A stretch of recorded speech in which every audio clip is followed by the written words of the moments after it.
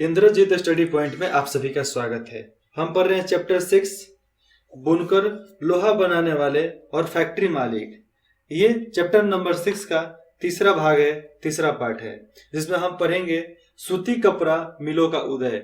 और सूती कपड़ा मिलों का उदय कैसे और कब और कहाँ हुआ, क्यों हुआ, इसके बारे में इसमें जानकारी मिलेगी हमें। भारत में पहली सूती कपड़ा मिल 1814 में बंबई में स्थापित हुई थी। कब? 1854 में बंबई में इसका स्थापना हुआ। पहले बता दूं, उसके बाद चित्र के बारे में बताता हूं। यह कताई मिल थी। 19वीं सदी की शुरुआत से ही भारत में से इंग्लैंड और चीन को होने वाली कच्चे कपास की निर्यात के लिए बंबई का महत्वपूर्ण बंदरगाह बन चुका था। और देखो, कताई के लिए यह जगह महत्वपूर्ण थी। 19वीं सदी के शुरुआत में भारत से इंग्लैंड और चीन को होने वाली कच्चे कपास का निर्यात का सबसे बड़ा महत्वपूर्ण केंद्र था बंबई। सबको भेजने वाला, इंग्लैंड और चीन को भेजने वाला मुंबई ही था। बंबई पश्चिमी भारत की काली मिट्टी वाली उस विशाल पट्टी से काफी निकट था जहां कपास की खेती की जा सकती थी, और काली मिट्टी में ही कपास की खेती की जाती है। जब वहां सूती कपड़ा मिलों की स्थापना हुई तो जब वहां पर सूती कपड़ा मिल का स्थापना हो गया, कच्चा माल आसानी से मिल जाता था, क्योंकि जहां कच्चा माल मिलता था वहीं पर फैक्ट्री लगता है, हर जगह नहीं लग सकता। चित्र 10। एक कपास कारखाने में काम करती मजदूर महिलाएं। सन 1900 के लगभग राजा दीनदयाल द्वारा लिया गया चित्र। कताई विभाग में ज्यादातर मजदूर महिलाएं होती थी, जबकि बुनकर विभाग में ज्यादातर पुरुष होते थे। अब देखो, इधर धागा बन रहा है तो सबसे ज्यादा धागा बनाने में कौन होगा? महिला, ठीक है।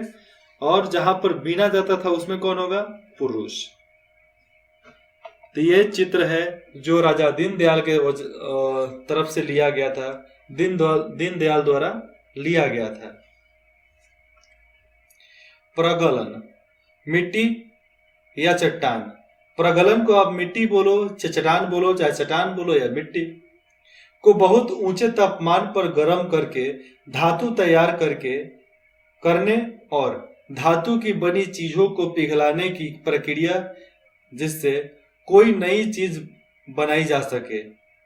और उस मिट्टी को गर्म, बहुत ज्यादा तापमान पर पकाकर उसको पिघला दिया जाता था, और उससे अनेकों प्रकार की अलग अलग चीज बनाई जाती थी। देखो, चट्टान की बात होती है तो मिट्टी से ही लोहा बनता है, मिट्टी से ही स्टील बनता है, मिट्टी से ही सोना बनता है, सोने से ही मिट्टी है। हमारे हिंदुस्तान तो सुनहरी मिट्टी है ही। सन 1900 तक आते आते बंबई में 84 कपड़ा मिल खुल चुका था। कितना? 84 कपड़ा मिल खुल चुका था। उनमें से बहुत सारी मिलें फारसी और गुजराती व्यापारियों ने खोली थी, जो चीन के साथ व्यापार के जरिए काफी पैसा कमा चुके थे। ठीक है, जो चीन से व्यापार किए, बहुत ज्यादा पैसा कमा लिए, उन्होंने फैक्ट्री खोल दिया, और उन्हीं लोग का फैक्ट्री आज तक चल रहा है। इस दौरान दूसरे शहर में भी ऐसे कई कारखाने खोले गए। अहमदाबाद में पहला कारखाना 1861 में खुला।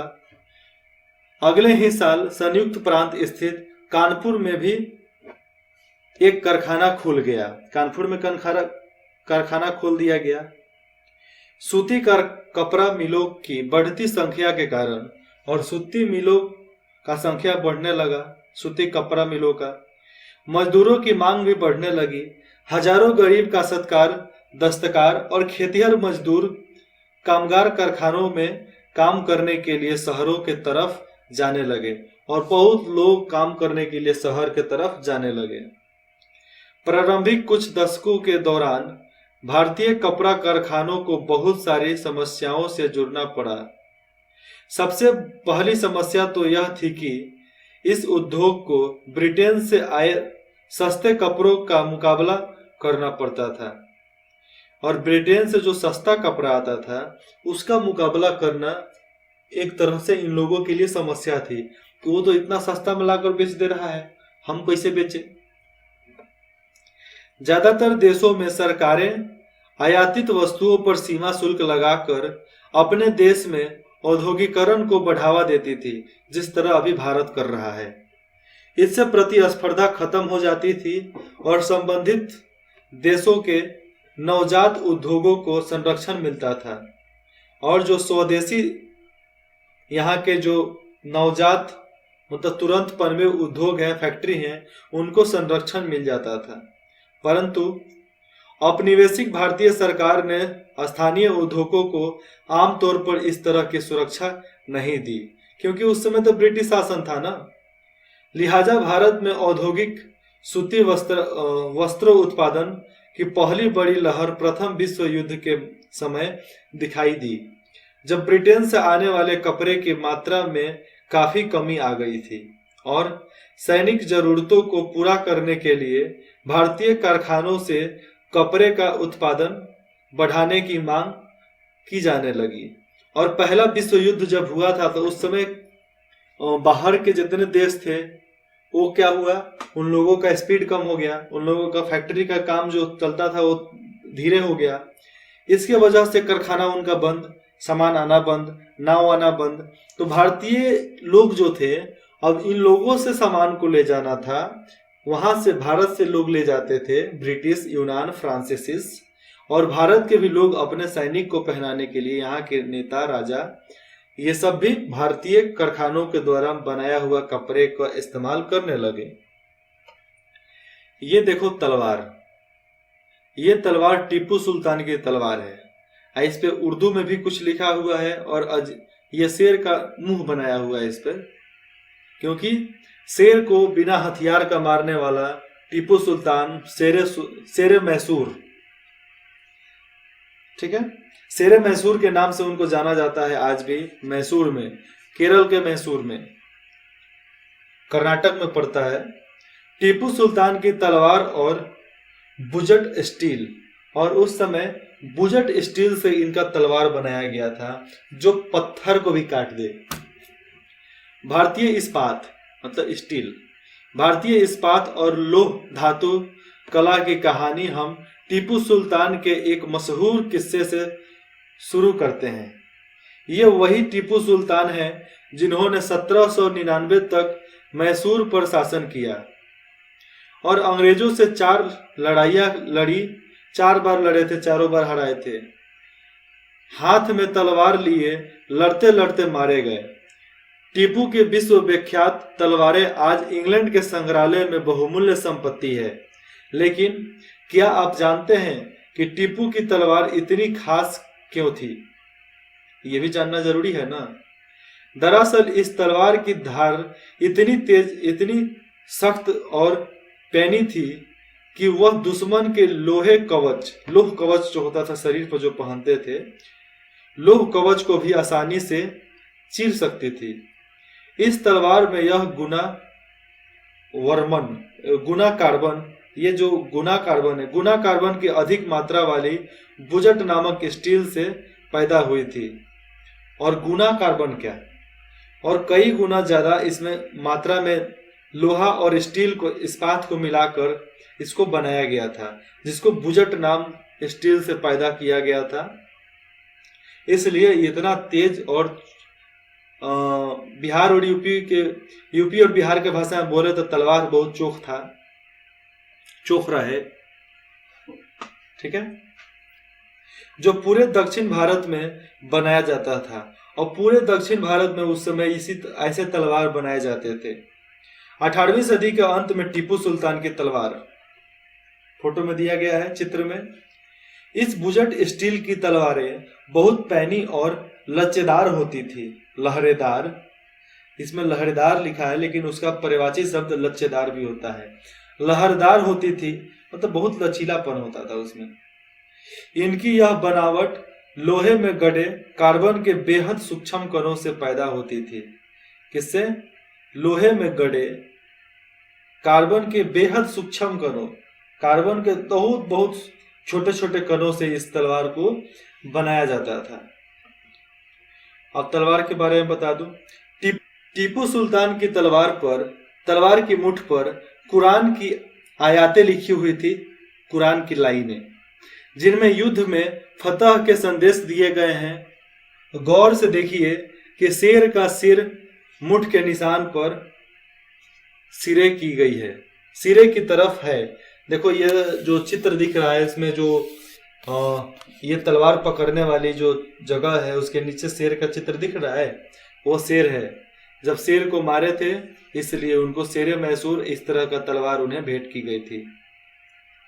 टीपू सुल्तान की मृत्यु के 1 साल बाद, और टीपू सुल्तान उस समय बहुत ज्यादा इंटेलिजेंस का सामान यूज करता था, बहुत ज्यादा मतलब मिसाइल वगैरह का भी इस्तेमाल टीपू सुल्तान ने किए थे। टीपू सुल्तान की मृत्यु के 1 साल बाद 1800 में मैसूर की यात्रा करने वाले फ्रांसीसी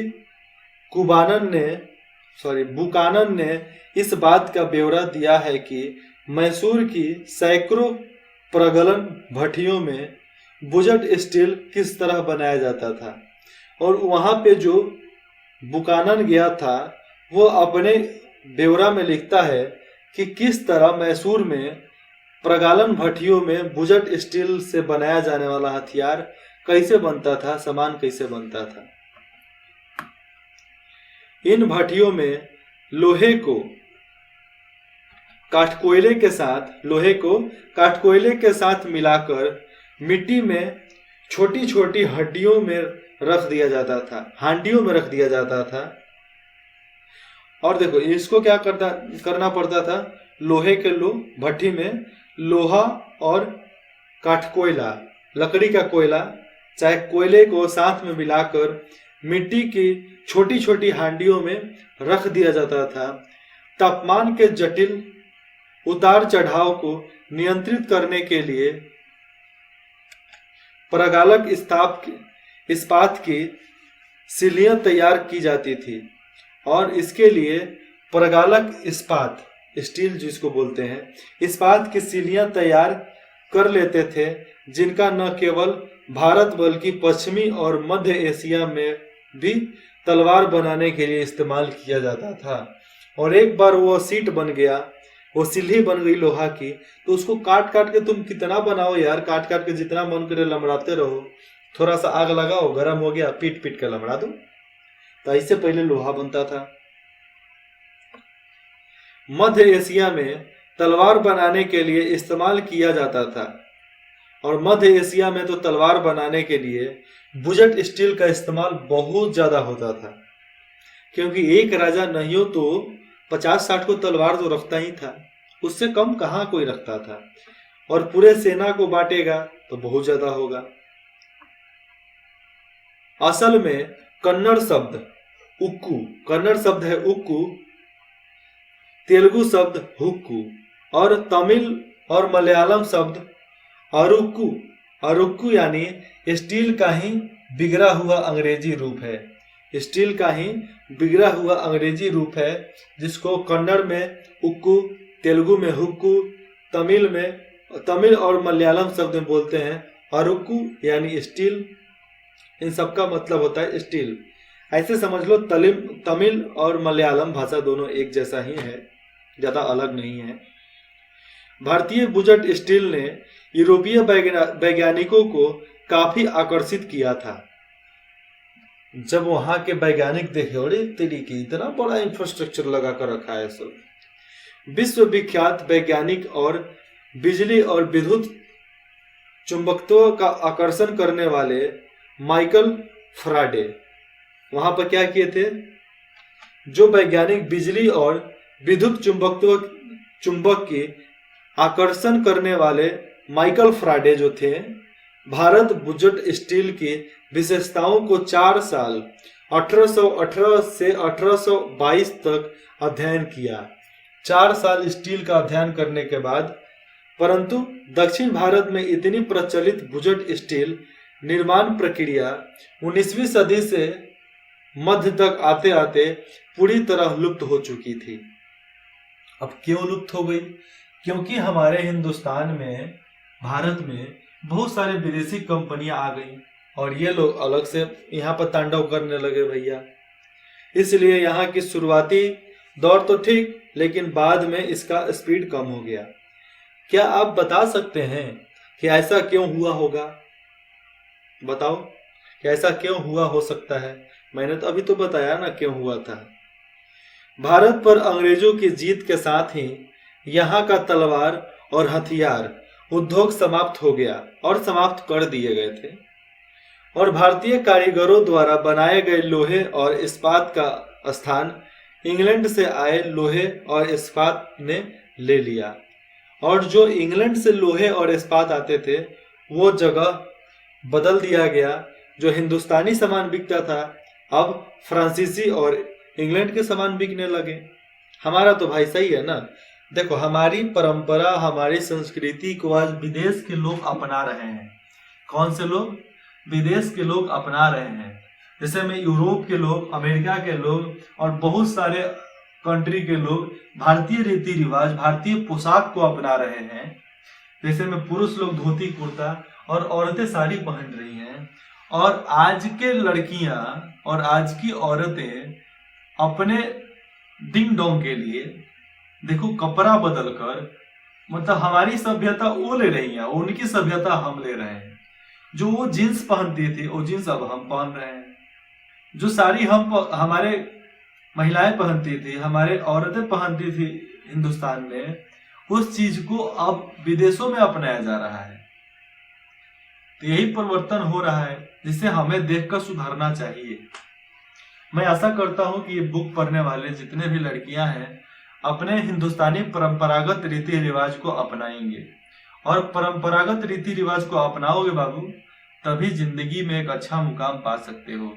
ऐसे भी मुकाम पा सकते हो, लेकिन अपनी इच्छाओं को मारकर और अपनी रीति रिवाजों को खत्म करके कभी भी अपने आप को अमरत्व नहीं पा सकते। कभी भी दुनिया में वैसा नाम नहीं होगा जैसे नोबेल प्राइज लेने वाले भारतीय रत्न कौन थे?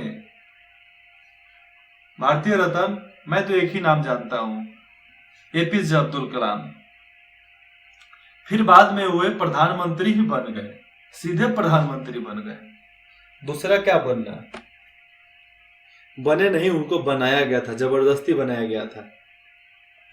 अब हमारा अगला टॉपिक है गांवों की उजरी भट्टियां। और गांवों की उजरी भट्टियां कैसे? जो मिट्टी में गड़कर भट्टी बनाया जाता था और यंत्र बनाते थे और हथियार बनाते थे, अब उसको उजारा कैसे गया, उसका लुप्त कैसे हुआ, विलुप्त कैसा हुआ, इसके बारे में जानेंगे हम अगले भाग में। तो मिलते हैं फिर अगले भाग में, अगले पार्ट में। और इंद्रजीत स्टडी पॉइंट में जुड़ने के लिए हमारे और हमारे टीम की तरफ से आप सभी को धन्यवाद।